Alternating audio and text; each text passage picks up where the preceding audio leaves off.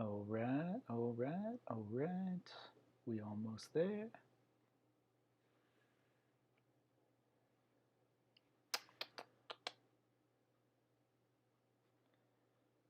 All right, there we go. What is up, my fellow nerds and gangsters? Welcome back to the Spiffy Nerd Hitter channel. You know who I be. I am Danny. Today, I had the immense privilege as I was working to immerse myself in all 4 hours of the extended edition for Lord of the Rings. And let me tell you, it's intense. I don't know how people sit down and watch all three extended editions in a row, but more power to them. So, this film, when it came out, absolutely blew my mind. So, I was a huge Lord of the Rings fan. By the time the third film came out, I had never read the books. I remember when I first saw the trailer for Fellowship of the Ring, and he had like Frodo, and he's like, and Gandalf saying like, "Your Uncle Bilbo has something for you," and Frodo's like, "Well, what does he have, Gandalf? What is it?" And I remember thinking like, "What is this, like some like dude like finding something in an attic or something like that?" I had no idea anything about Lord of the Rings when I first saw the Fellowship of the Ring trailer. But by the time the Lord of the Rings Return of the King came out, I was absolutely hooked. Dalek, what's up? What it is? What it do? Welcome back. All right. So one of the so first off, I just wanted to show. I mean, this film when it came out, 93% tomato meter, audience score 86%. As far as I'm concerned, 7 and 14% of those people are wrong. But I just thought that was pretty fun to check out because this movie's awesome. All right. Well, I should minimize that because then we don't get to see the awesome Belrog just chilling there. Okay, so I got both halves of the film up, so maybe we can kind of surf through this. Jam on Suarez. Hello there, General Kenobi. All right, so it's been a while since I have watched these films. I mean, when I say a while, maybe like 2 years. So because I try to generally watch this trilogy once a year. Apart from Star Wars, Lord of the Rings as a trilogy is my favorite. I absolutely can't get enough of it. Um, I still have yet to read the books though, so I'm not super knowledgeable about Middle Earth, and I don't know Elvish or anything like that. But I do love it. All right, so first off, I just want to point out my favorite shot virtually of movie history is when the Rohirrim ride. Let me see if I can find it. I gotta get like kind of step through this so I don't get slammed with the copyright. You know what I'm saying? Um, it's one of these shots in here. One of the super wide shots. I mean, I don't want to get copyrighted. So, of course, JG, this is special edition, extended version. So it's like an hour longer than normal. But I love the speech that King Theoden gives here right before the Riders of Rohan ride in. I love the fact that they are going to help Gondor when Gondor stiffed them in the Helm's Deep battle in the Two Towers. I just love everything about it. I love Schmiegel and his whole arc and story in this film. Um, Generally, I just love the way Peter Jackson did this film. And one of the things that I notice each time that I watch it is how slow and methodical the blocking and the dialogue is. Um, on the one hand, somebody could absolutely say, "Bro, this is way too slow. Pick up the pace. You can take a 3 hour movie and make it a 2.5 hour movie just by simply making people talk faster or making moments happen quicker." And that is totally true.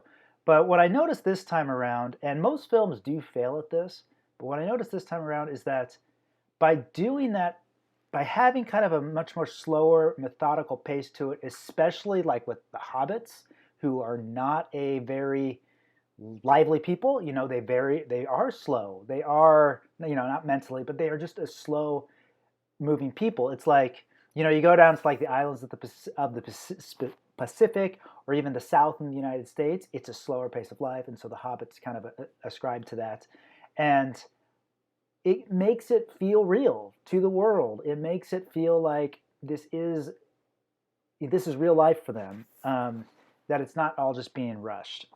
So, as I chat here, though, let me know what your favorite parts of these films are, because I definitely want to hear it.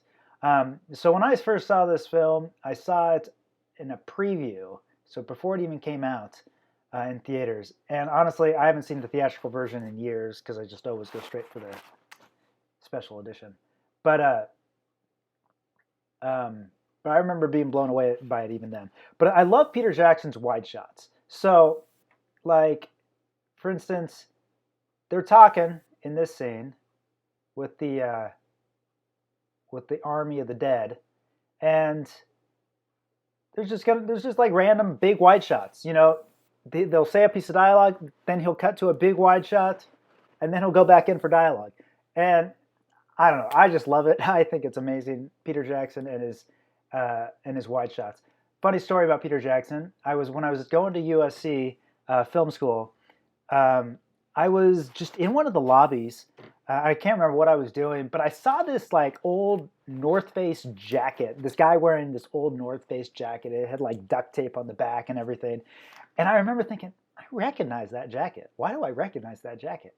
And then I realized that it was a jacket that I had seen in the appendices for the special editions for Lord of the Rings. And then the dude turned around and I'm like, holy shnikes, it is Peter flippin' Jackson. And so I couldn't pass up that opportunity. So I ran up and shook his hand and probably nerded out way too much because I can tell he kind of didn't want to talk to me. But I'm like, dude, you're like one of the reasons I'm here because of your films. All right, so what do we got? So Dale says, he's laughing at me and specifically the Pacific. All right.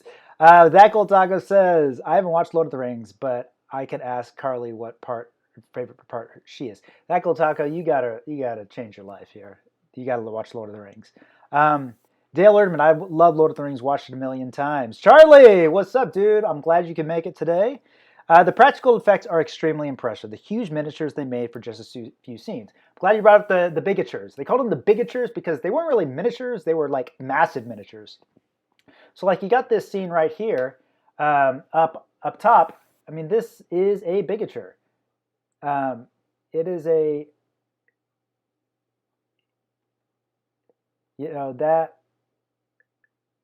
this building right here is a miniature. The practical effects really changed a lot of ways people were making films up to this point. Because since the advent of CGI technology, from kind of like Jurassic Park on, so many things have become so CGI centric. But Lord of the Rings kind of took it back to not practical sets because they weren't, these massive locations, but they would do massive miniatures and they would film those and then integrate it with the live action actors. Of course, the prequels of Star Wars got a lot of flack for not doing this. They just went straight huge, CG sets. So Lord of the Rings certainly was amazing in that regard. Let's see here if we can find a wide shot of Minas Tirith, which I'm sure we can. So like that's a bigature, right? And pretty darn impressive. Okay, what do we got here? So I did meet Peter Jackson and it was incredible. Nothing came of it because I guess I'm just not that cool, but it was pretty awesome. I have no idea why he was at USC. Maybe he was just looking for a place to give $1 billion or something like that. Okay. Jam and Suarez says, Holy Middle-earth legendary items, the jacket. Yeah, I was surprised like that he was still wearing that jacket. Like from the appendices, from filming Lord of the Rings to still wearing the jacket, trouncing around USC like in 2015. I'm like, dude, you must really love that jacket because that's like a solid 10 years. You're bombing that jacket. It's being held by duct tape. Dude, it must be one lucky jacket. All right. That Cool Taco says, not the first person that worked on the Shards of the Past told me that I should watch Lord of the Rings. You should watch Lord of the Rings. Cinema Goose, the practical effects, special effects, costuming, and literally hiring all of New Zealand is amazing. Totally true. So if you ever get a chance to go to New Zealand, you can check out a lot of these locations. So the big mountainous locations is a lot of the South Island.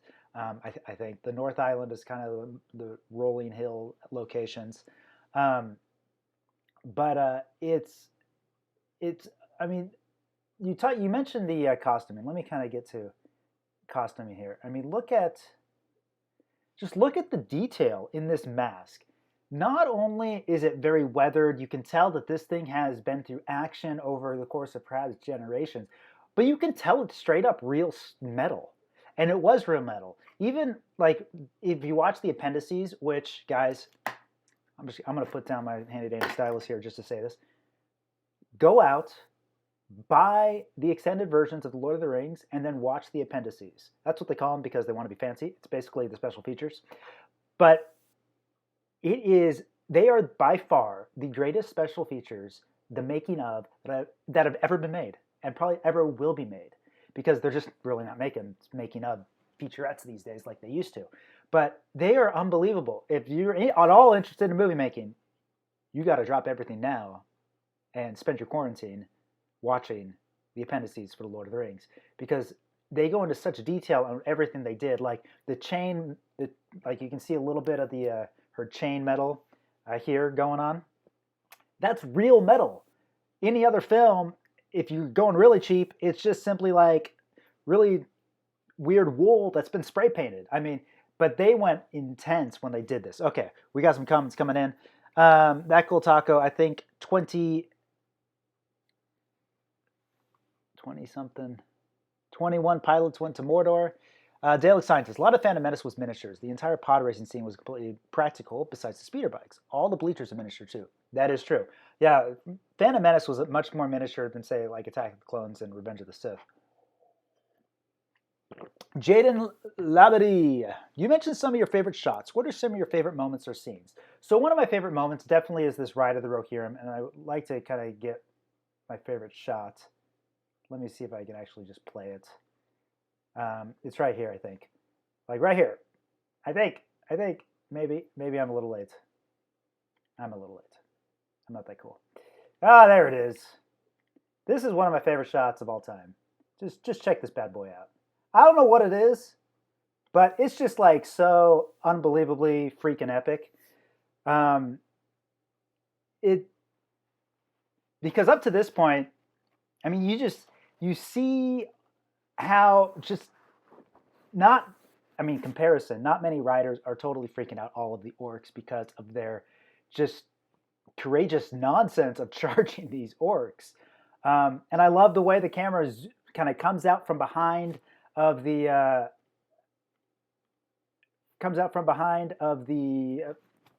Tirith to show it all. I absolutely love that. It blows my mind every time I see it. I was getting goosebumps as I was watching this scene today.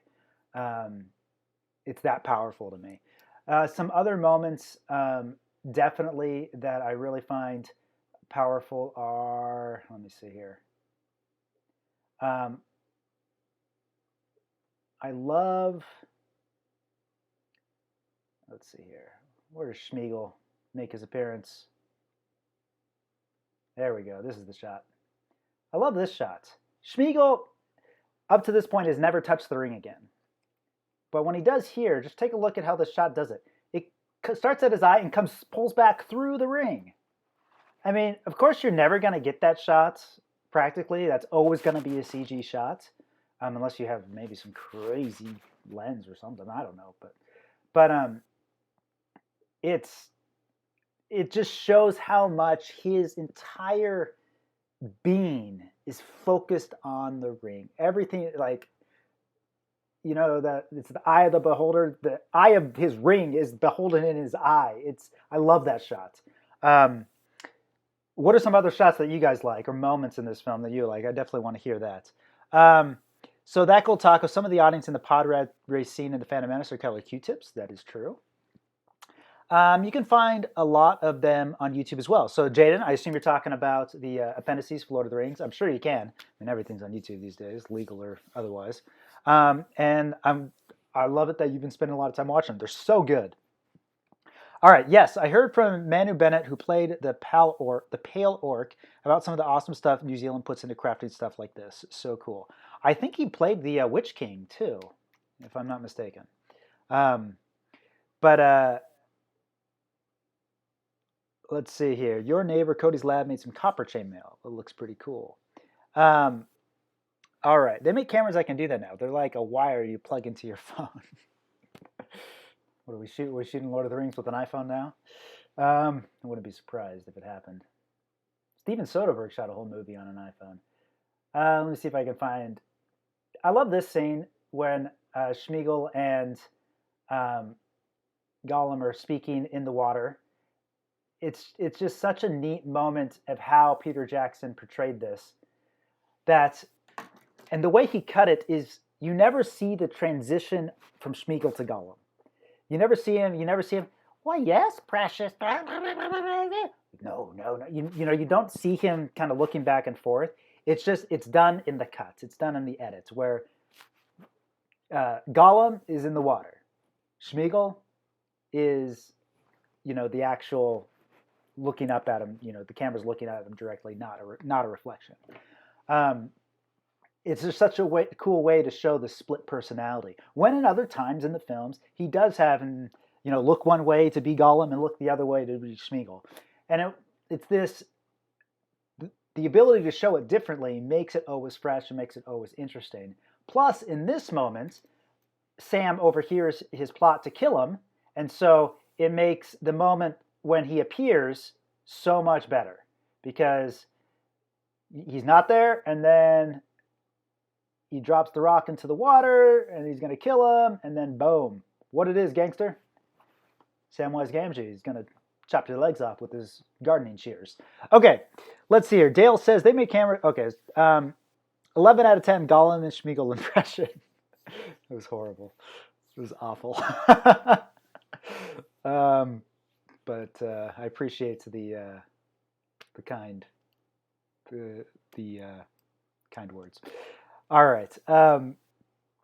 So where was I? What was I talking about? Andy freaking Serkis, man. That guy's a beast. Let's see here. Some other moments that I love is actually before this. Is when the fight has what's his face? Aragorn leads him to the Black Gate, and they're straight up gonna die. They know it. As far as they know, Frodo's dead, and he just looks back, and for Frodo, boom, and they all go. They all go because they know that Frodo. Of course, there's a doubt that Frodo hasn't died. But there's also the idea they got his mithril vest. This very well could be dead. They know that Frodo potentially has given everything. Frodo and Sam, right? But he just says Frodo. I guess Sam is just chopped liver at this point. But they know that Frodo has given everything for this. So they are going to do the same thing for him. It's such an awesome story that these connections and bonds of friendship managed to get stronger over the course of the two films that they're not even together. Because keep in mind, the hobbits are separated at the very end of the Fellowship of the Ring. They don't even see each other until the very, very end of Return of the King. And I just love that aspect of the story. I do love Aragorn's arc. I know that J.R.R. Tolkien didn't want to name the third book The Return of the King because he didn't want to give away what actually happens because, the Fellowship of the Ring, the Two Towers, that gives away nothing of the plot. But because it was such a central part of this film, or this book, when it was written, and at the insistence of his publisher, I believe, they named it that. But I love Aragorn's arc. I think he's one of the coolest characters in film. I think he's very underrated. Because you have this guy who's running from a past that really shouldn't affect him. The idea that does what somebody else do affect us? Is he doomed to repeat the mistakes of his, great grandfather, Isildur? And he's afraid of that. He's afraid of wielding the power for evil. But when he realizes that you know, only he can do the good that he's capable of, that he needs to do it. Um, that it's life can be better for many people if he does. And he sees, of course, and he does see the example of the hobbits and everything, and all the people around him. He does it for Arwen, so that she can survive as well, because her fate becomes tied to the fate of the ring. Okay, so Daily Scientist is presenting a conspiracy. Guys, this is legit. You might want to sit down for this, but Gollum is one of the failed Snoke clones. I think that is canon in both universes, Lord of the Rings and Star Wars. Of course, this signifies that Gandalf is a Jedi Master. He was expelled from the Council. He came as Gandalf the Grey, but when he died, the Council sent him back as Gandalf the White. All right. Take it to the bank, guys. It's true.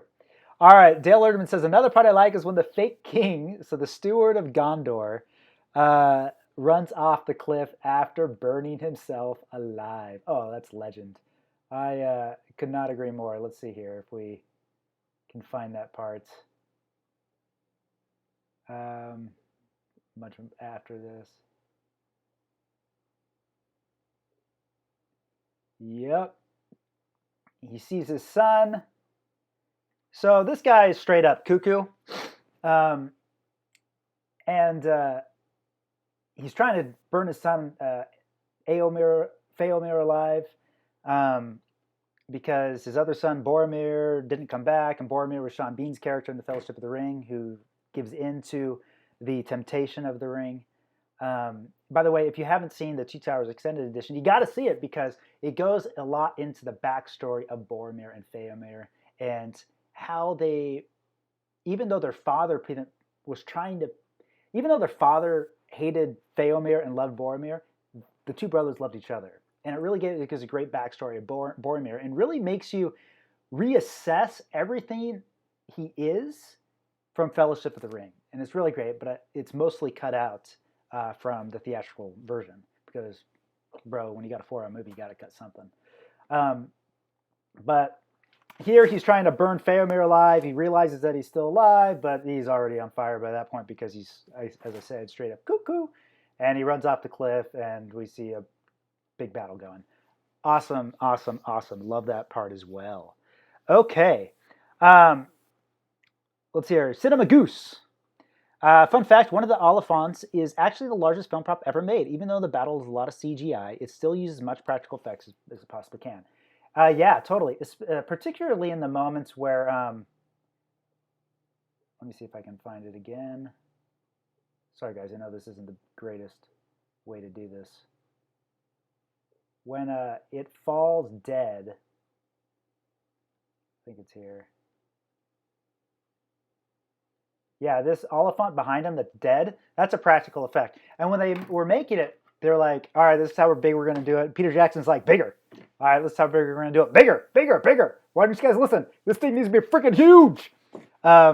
So totally, totally true. Another fun fact is when you watch the Oliphants, when they run, and this is something that I gleaned from the special edition, or the appendices, the special features, is when they run and you get close-ups of the feet.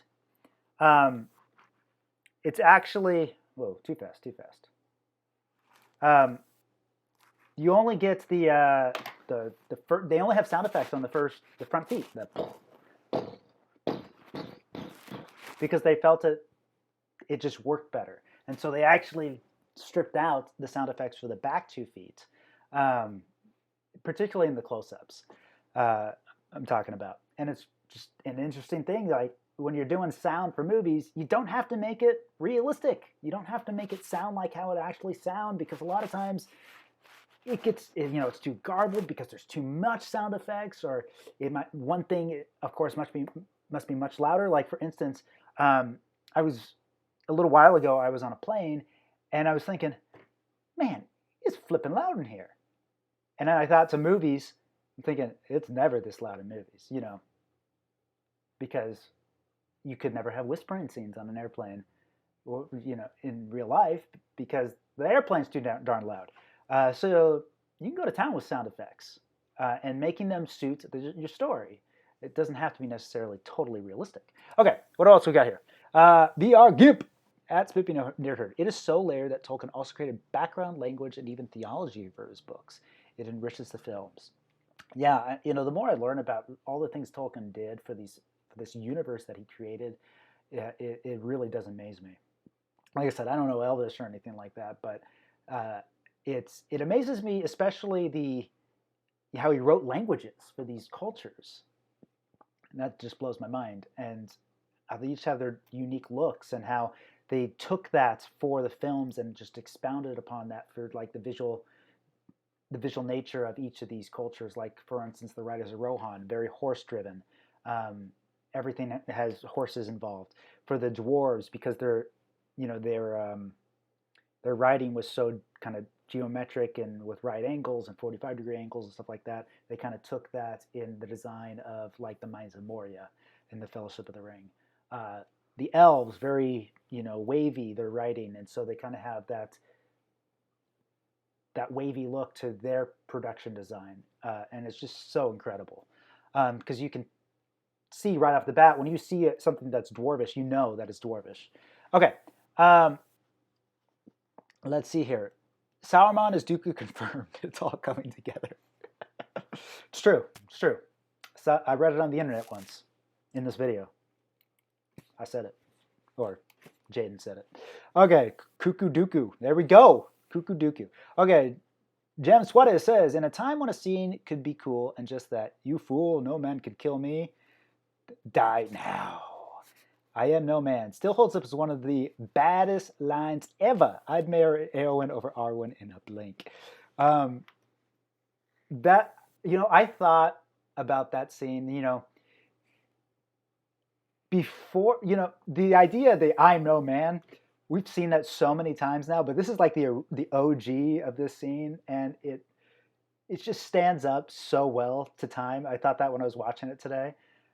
It's just such a cool moment. And yeah, like, no man can kill me, and then boom, I am no man. And that reminds me, when she's fighting him, oh, there we go. Right here, I am no man. And I'm not playing the sound, by the way, just for the, all those lovely algorithms out there. But boom. Just look at him implode. Little punk. Little savage. Anyways. Great moment, Suarez. All right. Charlie, go out in a blaze of glory with Glandalf. Yep, I forgot a lot of minor cameo actors in this are big A-listers now. Totally true. I mean, you got Carl Urban. He's up here. I mean, he's Bones in Star Trek and 50 million other films. Yeah, a lot really had either career renaissance or it made their careers being in this movie. Okay. Daily Scientist. Gandalf was Dooku's first apprentice and lured into a Sith called Darth Count Sauron Tyrannus. Is this canon? Are we talking canon stuff now? All right, Dennis, what it is, gangsta. Welcome. Yes, Carl Urban is great. I love him in this film. And he's in Two Towers and Return of the King. He's so good.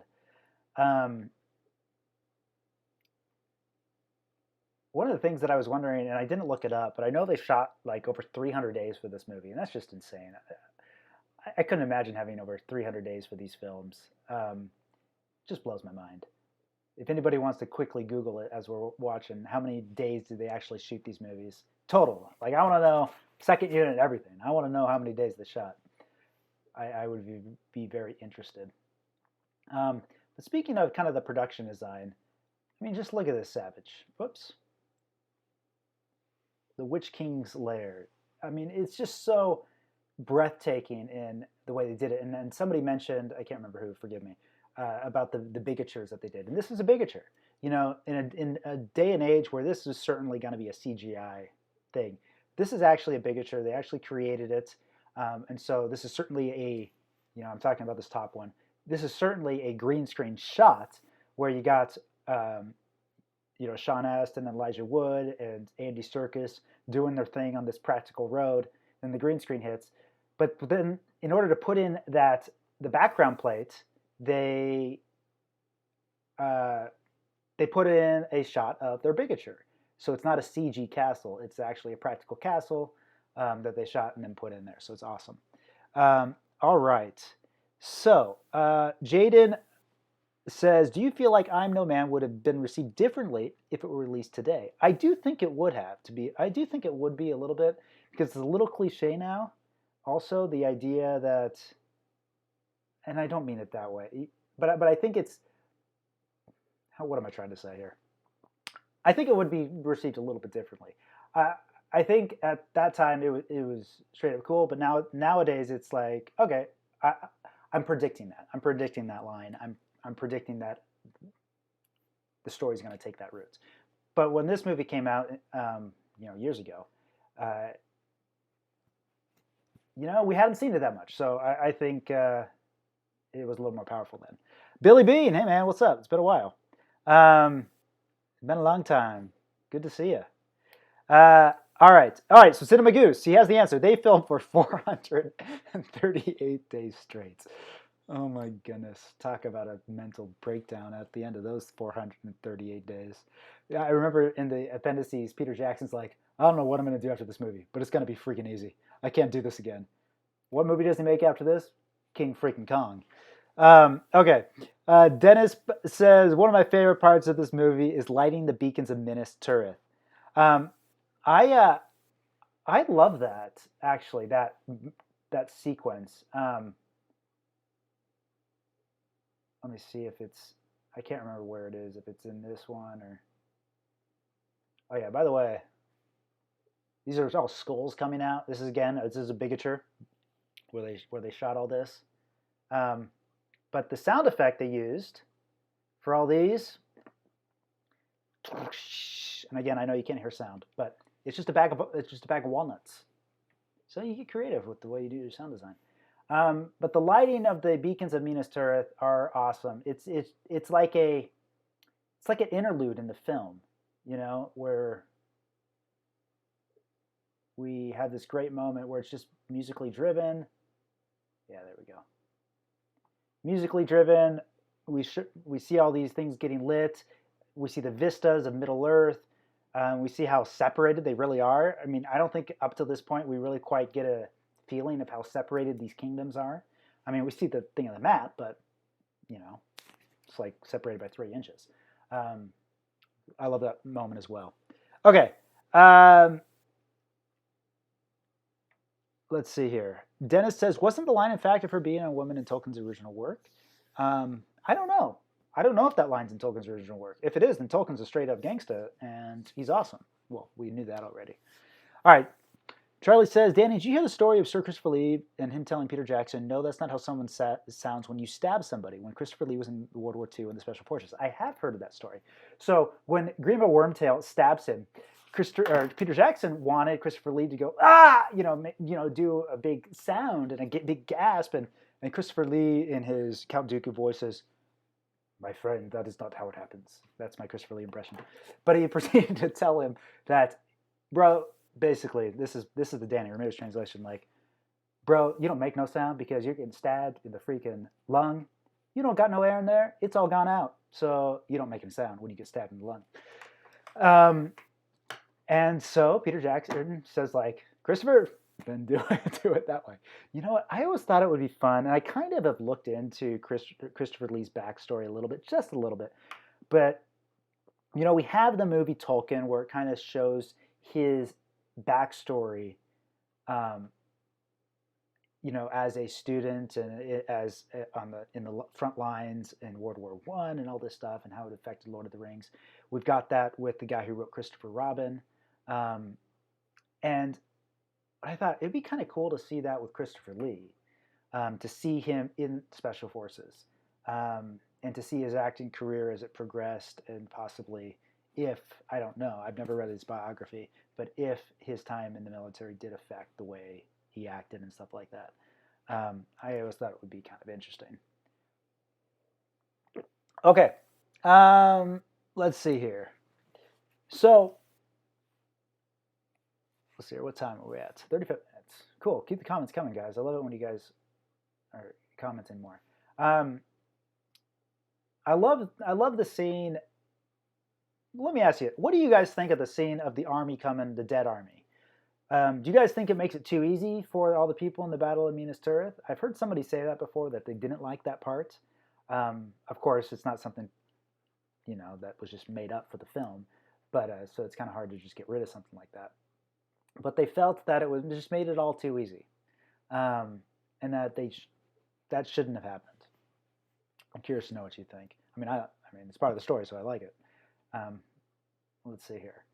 But here again, this is going back to those geometric shapes that the dwarves have. Very angular, very straight, very few curves. Very cool. Okay, Christopher Lee to Peter Jackson, be like, do you want to know what it sounds like to be stabbed? Yeah. Peter Jackson's like looking at Christopher Lee's hands. You don't got a knife on you now, do you? Um, all right. Dale Erdman is asking, 1994, is that when it was made? I assume you're not talking about Lord of the Rings. Lord of the Rings was made in 2000s. I think 2001, 2002, and 2003 is when they came out, if I recall. All right. What else, you guys? Any other thoughts for this film? I thoroughly enjoyed it. I mean, I love this scene. He says, "You guys are soldiers of Gondor. Whatever comes through that door, you will hold your ground." And then, boom, what's up? Bunch of armored trolls. You don't walk away from that. Okay. So tomorrow, we're gonna be watching the part 3 of The Hobbit. Okay, 1 second. So Charlie says, "I like it because it gives off hopelessness, and just me, I loved everything in this trilogy." Me too. I really love this trilogy. Like I said, to me, Star Wars is my favorite trilogy. Um, I'm just gonna say saga. I'm just gonna group it all together. But Lord of the Rings is number 2 for me. I absolutely love Lord of the Rings.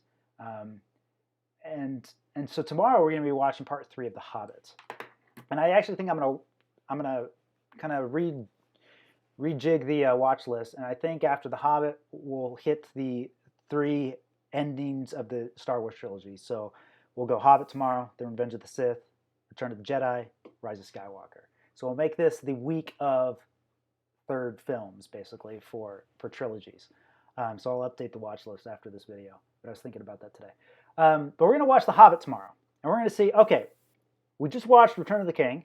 Now let's watch The Hobbit. And I don't have the expanded edition for The Hobbit. I've never seen it. I kind of don't have an interest in seeing it. Kind of tells you how I felt about The Hobbits. But I do like the third Hobbit. So I'm looking forward to watching that again. And I kind of want to look at, okay, same director, somewhat the same writers. I mean, we got a lot of little Guillermo del Toro in there. Of course, there's the backstory of how much it was rushed by Warner Brothers, the Hobbit films. But I want to kind of see, okay, how does the Hobbit conclude its trilogy as well as Return of the King did? So Return of the King, it ties up all the loose ends. You get to know what happens with Rosie and Sam. You get to know what happens with Bilbo and his book. You get to know what happens with Frodo and his just life in the Shire, with Aragorn and Arwen. You get to know what happens with the elves. I mean, you get to know what happens with all of these things. Everything's tied up, basically. That's had big question marks on them. So we're going to look to see, and it was satisfying, right? Now we're going to look to see tomorrow, does The Hobbit fulfill, does The Hobbit check all those boxes? Okay, so we got a few comments here. Carly is here. What it is. So she's saying the extended version is better in my opinion. I feel so too. With Lord of the Rings, it's go extended to go home. Like I said, I haven't seen the theatrical versions for these movies for a really long time, and I kind of actually want to go back and see them now that I have seen the extended version so long, but they're just incredible. Okay, so Jaden says, Merry stabs the ringwraith's knee and falls face first into Eowyn's sword. One of the Lord of the Nazgul met his doom and foreseen, not by the hand of man, but by the hands of hobbits and a woman. So is that a direct quote from the book? So they kind of see here. Tolkien does make a big deal that it is at the hands of a hobbit and a woman. But the line "I am no man" seems to have been added. Cool. Thanks for bringing that up. Okay. So that Gold Taco says Revenge of the Sith is my favorite movie. That is my favorite movie too. Before you throw tomatoes at me, I know it's not the best made movie of all time, so lay off on that one. I've always said Empire Strikes Back is the best made Star Wars, but I don't know what it is about Revenge of the Sith. I can just watch the movie on loop. Okay, let's see here. Cinema Goose, to me, Lord of the Rings is my favorite trilogy, but Star Wars is by far my favorite franchise. That's a good way to put it. Dennis says, the Shire was enslaved and liberated by Pip and Merry. Sam and Frodo weren't the big heroes in the Shire. I wanted that expanded in The Lord of the Rings. All right. Hanging out with Danny and commentary win-win. The Hobbit is one of my favorite movies. All right, Billy. So tomorrow, check in to the stream and let us know why. So I think I'll call it, though, tonight, guys. Thanks so much for joining me. This was a fun one. So again, tomorrow is The Hobbit, the third one, The Battle of the Five Armies. And then on Wednesday, we'll hit up Revenge of the Sith. Thursday, we'll hit up Return of the Jedi. Friday, The Rise of Skywalker. And then on Saturday, we'll hit up another. Do you guys got a preference for a third movie of a trilogy? So we can do like Back to the Future 3. We can do The Bourne Ultimatum, even though they kind of made more movies after that. Any other third trilogy movie, let me know, because let's get a good one on Saturday. And then we'll kind of move some of the things that we had planned this week to the next week or change them up even more. But thanks so much for watching. If you want to see a little bit more about Lord of the Rings, I have done a video regarding character introductions and weak character introductions, and it talked about Frodo's introduction. So that's Lord of the Rings based. So check that out. But thanks so much again, guys. You guys are awesome. I love it when we got a lot of comments because it makes it feel pretty cool. At least I have fun. But remember to stay spiffy and don't do anything I wouldn't do twice.